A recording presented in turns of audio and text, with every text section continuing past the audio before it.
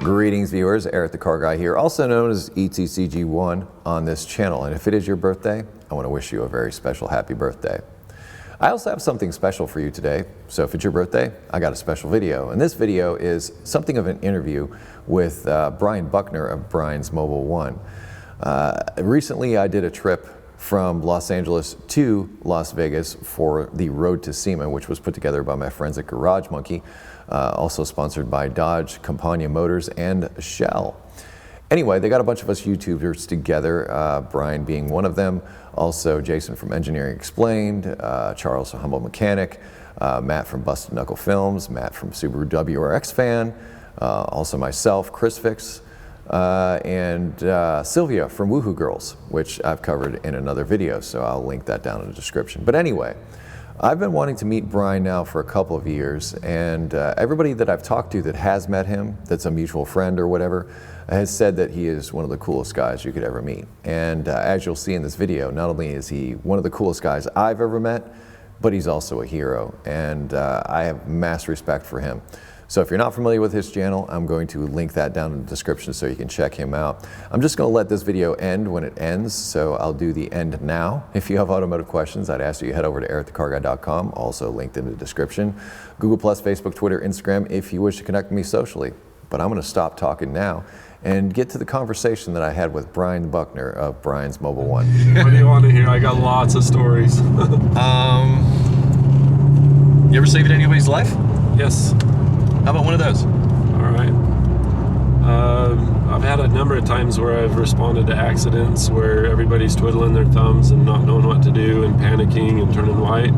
I don't, unless it's my kid, you know, like that's like my kryptonite, but I don't panic like that. I pulled up on a rollover accident where it's going down I-15 in central Utah.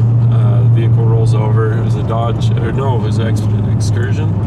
Oh yeah, that's a big vehicle. Yeah. So the guy has a flat tire, he goes to pull off and it's a soft shoulder, it grabs the car, he overcorrects, and then the next thing you know, they roll 7 times. They've got grandma in the back. He went down a cliff or something?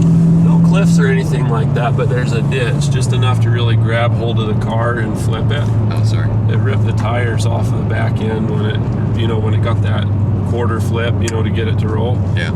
But long story short, grandma was ejected, kids are buckled in, they're able to climb out in the back. Wife and husband are in the front, and the husband wound up getting his A-pillar crushed down pretty bad, and it settled on its side on the driver's side. And the vehicle's, the roof's crushed down, his head's out the window, and the roof's on his head. It's not responsive. And so nobody wants to look at him or get down in there and, you know, take vitals or anything like that. And he's fading pretty fast. He's like, I don't know if you know, if you're in a harness or a tree stand or something, you can only hang in it so long before it makes you pass out. You lose consciousness. And if you've been traumatized, you're bleeding, all that kind of stuff, it's a bad deal. Anyway, I got down in his face, no response. I can't really tell on the vitals or anything.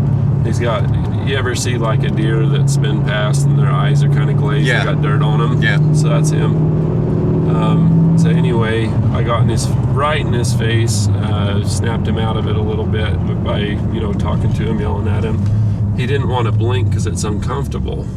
So he's not blinking or anything, but he is somewhat conscious. Long story short, I organize everybody to help lift the vehicle. Nobody wants to lift the vehicle. Nobody wants to put the broken, you know, like the wood chunks for these things, the barriers. Yeah. So, long story short, get everybody organized, get it lifted up with his permission. I got him to blink to communicate. He didn't have any wind in him. He's just really shallow breathing. Got the vehicle up, got some blood flow going on, and he was doing. How'd you get the vehicle up? So everybody's standing around. I talked everybody into pushing the vehicle, and they didn't want to do it. They're like, don't touch it, you shouldn't do anything. And, you know, I tried to explain, you know, what we're doing, and got his consent. And of course, he didn't give me consent verbally. It's like me and him face to face under this excursion. Right, like get this thing off. You know, and he's blinking, and anyway, it worked out good. We got him extricated, cut the roof back, and cut the seatbelt, got his wife out first over the top of him, covered him up so he didn't get all the glass from the vehicle. Was she okay also? Yeah, she was fine. She didn't have a vehicle on her head or neck or any of that, so she had good blood flow, but she didn't see him until we cut the roof back. When we cut the roof back, she started to freak out a little bit, and so we stuck a stretcher. By then the EMTs were there. Stuck the stretcher, like with the console. Okay. So we got that in, so it's holding part of it, and then we got a bunch of guys on the other end of it. Cut her seatbelt. And it was hard to find somebody with a knife. I didn't have a good seatbelt cutter on me at the time. I always have one now. But cut the seatbelt, got her on the stretcher, got her out, and then we were able to get him out. It seemed like he was the biggest mess. Grandma broke her back. We gave her a sleeping bag so that she wouldn't go into shock and be a mess. But the coolest part is we didn't know really what happened with that accident. I was with my family at the time. We had our little camper trailer. But Craig, the guy who had a vehicle on his head, he actually came back later. We got in touch with him on the internet. There's some website where you can find out how people were of a certain accident. It's kind of an interesting thing. Gave him my contact details. He wanted to track me down and give the sleeping bag back. Like, they cleaned it and everything. He gave me a couple of gift cards to Chili's. I got to meet him, shake his hand. Turns out he's a mechanic. He's an aircraft mechanic. And, of course, that piques my interest. I'm like, well, that's amazing. That's great. I'm a mechanic. I love airplanes. You're an airplane mechanic. We're friends. It's that easy. Way cool. Yeah. Way cool. So, and he was doing great. Like, his ear was when he came to my house, his ear was all infected and puffy. I thought he was going to lose his ear because, he bled a lot. Anytime you get a cut on the scalp or ear or anything, you bleed like crazy. So, he lost a lot of blood there, but he did good. It was a long time before the EMTs came because it was a stretch of road that was just unpopulated. It was a volunteer group. It took a little while to mobilize. So getting his blood going, getting the vehicle off his head and neck, getting him conscious and all that kind of stuff, I think made a big difference. Very, very cool. Thanks.